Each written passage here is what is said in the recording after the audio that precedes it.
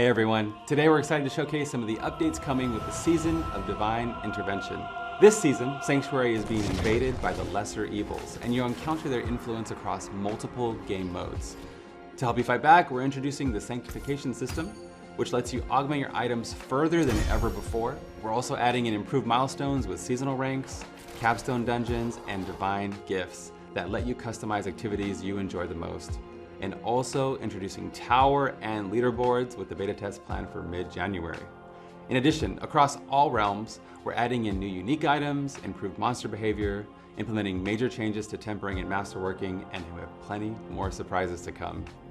All right, we've got a lot to cover today, so let's start with the invasion of Sanctuary. As I mentioned, the lesser evils are wreaking havoc across various game modes. So for Helltides, you'll encounter packs of maggots, even mega maggots. Ugh. Once you hit maximum threat level, Pangs of Duriel will spawn. Slaying them grants you Baneful Hearts, which you can use to summon Duriel instead of the Blood Maiden. Don't worry though, she'll be back, she's just on a little holiday break. In the pit, you'll find Belial's influence everywhere, most notably in the form of his eyes. Destroy any you come across, and if you destroy several in a single run, the final pit boss will be replaced with Belial himself. I could have guessed that. Yeah. I see what you did there. Yeah. In the Undercity, Andariel's corruption runs deep. Enemies can become imbued and launch spirits at you. Shades can sap your time, and spirit beacons are deadlier, but reward more attunement than usual. We're also adding in 3 new tributes themed around Andariel, and of course, she can even appear as the final boss, offering extra rewards if you defeat her. Now, we can't have a lesser evil party without Azmodan. He's returning as a world boss, summoning meteors from the depths of hell and commanding hordes of demons to attack you, so get ready for an epic fight. You can also summon Azmodan at will, using summoning altars with materials from the other lesser evils. You'll find 3 summoning altars to call the Lord of Nipplrings forth. Each summoning altar will invoke Azmodan with powers from one of the other 3 lesser evils. Defeating enemies and completing activities tied to the lesser evils will level up your divine gifts and earn you progress through the seasonal reputation board. So what exactly are Divine Gifts? They're a new way to customize your seasonal playstyle, letting you choose what kinds of rewards, boons, and even challenges you want for even greater returns. Each Divine Gift has 3 specific components. The reward portion. This is what you gain from slotting a gift anywhere on the board. The purified portion is activated when you slot a gift into the center slots. These typically grant powerful or unique boons and double the reward bonus associated with the gift. And finally, the corrupted portion. This is activated when slotted on the outer edges. This makes things more challenging, but also yields greater rewards. It's optional though, so it gives you more control over your experience. Defeating a lesser evil for the first time in a season will drop Corrupted Essence, bring that to our old friend Hadriel to unlock Divine Gifts associated with that particular lesser evil. Once unlocked, you'll continue earning experience toward leveling up those gifts by defeating that lesser evil and their minions throughout the season.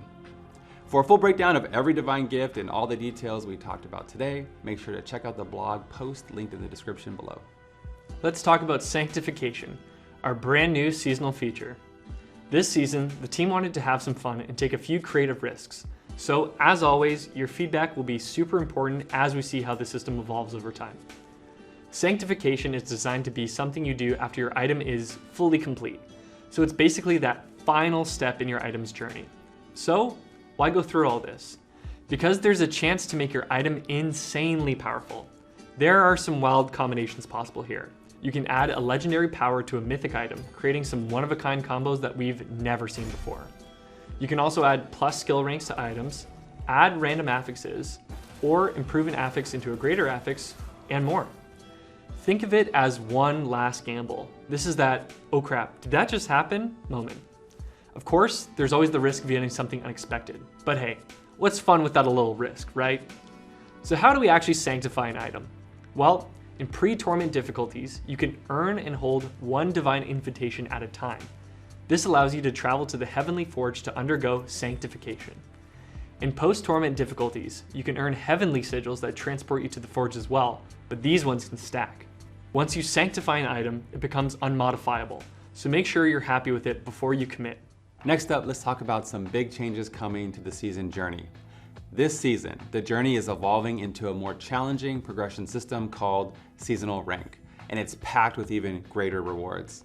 Each rank now requires you to complete a Capstone Dungeon before moving on to the next one. Just like previous Capstones, you can tackle them early if you're feeling confident, even before the recommended level or difficulty. Renown is also being phased out in favor of the new seasonal rank system.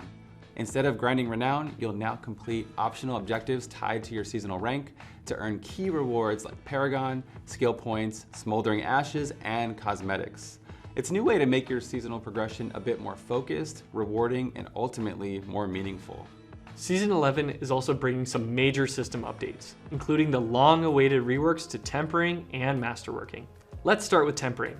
You'll now be able to choose exactly which affix you want to apply to your item from a tempering recipe. No more leaving it up to chance. In addition, tempers can now crit, turning the tempered affix into a greater affix. The total tempers per item is changing from 2 random ones to 1 strong one, and tempering charges can be restored indefinitely, giving you the freedom to experiment and perfect your gear. For masterworking, it no longer increases your item's affix values directly. Instead, it now improves the overall quality of an item. You can masterwork an item up to quality level 20. But what does that mean? Quality increases all affixes by 1% per quality level, so 20%. Once you hit that maximum, you'll have a chance to roll one final capstone bonus. This capstone bonus will increase the affix's value by 50%, which you can stack with your greater affixes. And here's the best part. You can re-roll that later without resetting your masterworking quality. Pretty great, right?